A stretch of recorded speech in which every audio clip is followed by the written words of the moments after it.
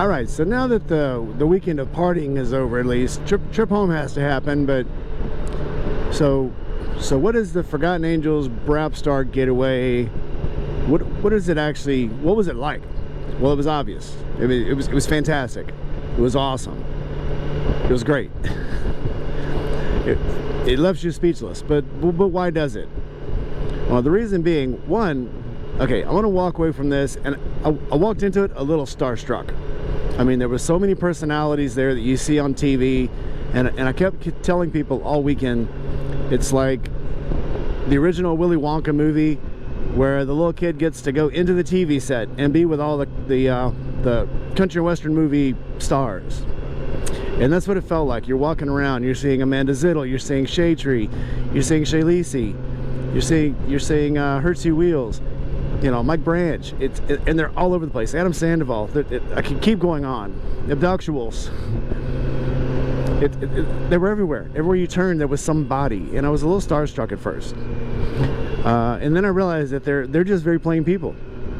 And I walked away from this thinking, not only had I met these people, but they had sort of became my friends. I hope that doesn't sound creepy, but that's what happened. I feel like I could go up to these people anywhere and talk to them. But it's more than that. Let's say we take out all the famous people, all the people there that have, you know, 400, 500,000 subscribers, even more, and just the guys that had 10 subscribers. That was probably, you know, their mom, their dad, their sister, their cousin, and grandma. You know, these guys have absolutely interesting stories. I got to meet these guys and go on their Instagrams and go on their YouTubes, and their stories are fascinating. Kenny Quest just decided one day he wanted to be a YouTuber. Quit his job, sold everything he had to buy as much equipment as he could, get a motorcycle, and start riding motorcycles. That's a story. That is an absolute awesome story. But even these guys that have like 10 subscribers, their stories are awesome, and they need to have 1 million subscribers because their stories need to get out there. And I feel like this get together, you know, not only does it help them meet other YouTubers, but it gets their stories out there, and people get to meet them. And when you talk to these people, it's amazing. You know, these get-togethers are just so powerful. Now, obviously, I'm jumping right over the Forgotten Angels part of this because I've talked about it a lot, but I'm gonna do it again. So, the whole thing behind Forgotten Angels, you know, helping children that have aged out of the foster care system, getting their stories out there. There's not one thing I can say about this camp out that was not awesome.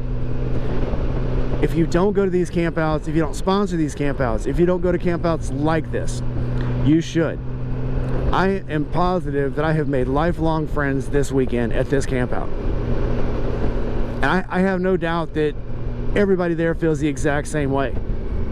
Because when you meet these people in this kind of environment, probably didn't help that we had a lot of social lubricant flowing, but you get to know these people. There's nothing fake about it. There's nothing that they can, you know, ply you with, that you get to see me for 5 minutes and here's my 5 minutes that I act like a totally different person and I can walk away and be myself. Now, you're there with these people. I got there Friday. I didn't leave till Sunday morning. I was with these people with the exception of the seriously 3 or 4 hours I got to sleep each night. I was with these people, hearing their stories, sharing my stories. And you walk away with such good friends, and I will never forget this. So, get out there.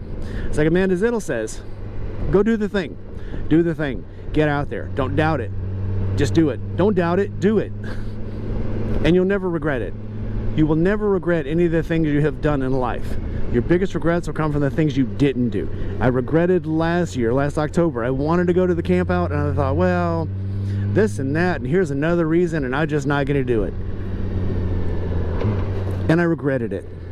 I even regret it more now, having gone to this one, that I regret not going to the October one. But I tell you what, Lord willing and the creek don't rise, I am not going to miss another one, because it was that impactful. So I'll leave you with that for now. I got some more driving to do.